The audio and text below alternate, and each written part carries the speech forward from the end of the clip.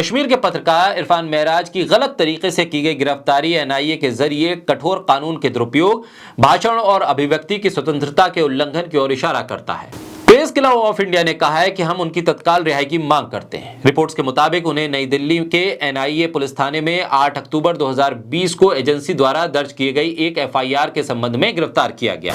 कश्मीर के पत्रकार इरफान महराज को स्टोरी असाइनमेंट के बीच फोन करके 5 मिनट के लिए दफ्तर बुलाकर गिरफ्तार कर लिया गया। उन्हें एनआईए ने एनजीओ टेरर फंडिंग केस में अरेस्ट किया है। एडिटर्स गिल्ड ने पत्रकारों के खिलाफ यूएपीए के बेजा इस्तेमाल की आलोचना की है। इस पर प्रेस क्लब ऑफ इंडिया ने भी ट्वीट किया है और कहा है कि हम मीडिया कर्मियों पर यूएपीए लगाने का पुरजोर विरोध करते हैं। कश्मीर के पत्रकार इरफान महराज की गलत तरीके से की गई गिरफ्तारी एनआईए के जरिए कठोर कानून के दुरुपयोग, भाषण और अभिव्यक्ति की स्वतंत्रता के उल्लंघन की ओर इशारा करता है। प्रेस क्लब ऑफ इंडिया ने कहा है कि हम उनकी तत्काल रिहाई की मांग करते हैं। रिपोर्ट्स के मुताबिक उन्हें नई दिल्ली के एनआईए पुलिस थाने में 8 अक्टूबर 2020 को एजेंसी द्वारा दर्ज की गई एक एफआईआर के संबंध में गिरफ्तार किया गया है। बोलता हिंदुस्तान पर मैं हूं आपके साथ मिर्जा शाकिर अली बेग। महराज को खुर्रम परवेज का करीबी सहयोगी बताया गया था। वो उसके संगठन J&K coalition of civil society के साथ काम कर रहा था। एजेंसी के मुताबिक उसने व्यापक जांच के बाद ही पत्रकार महराज पर कार्रवाई की है। खुर्रम परवेज को एजेंसियों ने साल 2021 में यूएपीए के तहत गिरफ्तार किया था।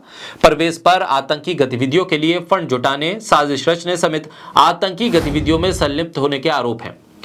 खुर्रम परवेज को साल 2006 में रिबॉक ह्यूमन राइट्स अवार्ड मिला था। यह अवार्ड 30 साल से कम उम्र के उस शख्स को दिया जाता है जिसने अहिंसात्मक तरीके से मानव अधिकारों की लड़ाई लड़ी हो।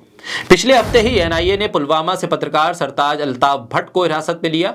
भट्ट एक स्थानीय न्यूज आउटलेट में काम करते हैं। पिछले 2 वर्षों में इरफान से मामले के संबंध में एनआईए ने कई बार पूछताछ की।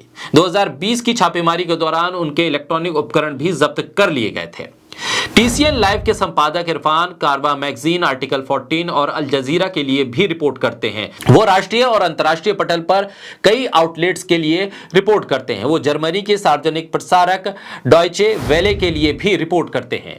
एनआईए भीमा कोरेगांव केस को भी हैंडल कर रहा है। उस केस के बारे में जून 2022 में वायर्ड ने एक डिटेल स्टोरी की।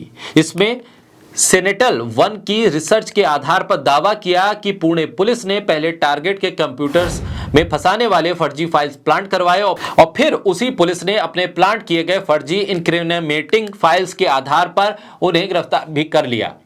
आरोपियों में से एक ट्राइबल राइट एक्टिविस्ट स्टैन स्वामी अब दुनिया में नहीं है। जुलाई 2021 में उनकी मौत के करीब 1.5 साल के बाद दिसंबर 2022 में वॉशिंगटन पोस्ट ने American digital forensic firm arsenal consulting की जांच के हवाले से बताया कि एक हैकर ने स्वामी के कंप्यूटर में फर्जी सबूत प्लांट किए थे।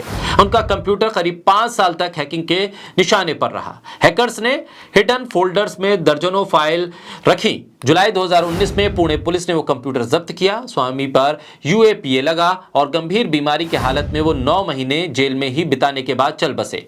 एनआईए का दावा था कि उनके पास भीमा कोरेगांव में हिंसा भड़काने में स्वामी की भूमिका के पर्याप्त सबूत हैं। ऐसे में जांच एजेंसियों की भूमिका पर लगातार सवाल भी हैं। उनके द्वारा जुटाए गए सबूतों पर भी सवाल हैं, लेकिन आखिर में फैसला कोर्ट के भीतर होना है, जहां पर इन तमाम सबूतों की पड़ताल भी होगी और ऐसे में देखा जाएगा कि एजेंसियों के जरिए किन सबूतों को जुटाया गया और इन सबूतों के आधार पे क्या जो केस बनाया जा रहा है वो पुख्ता है या नहीं।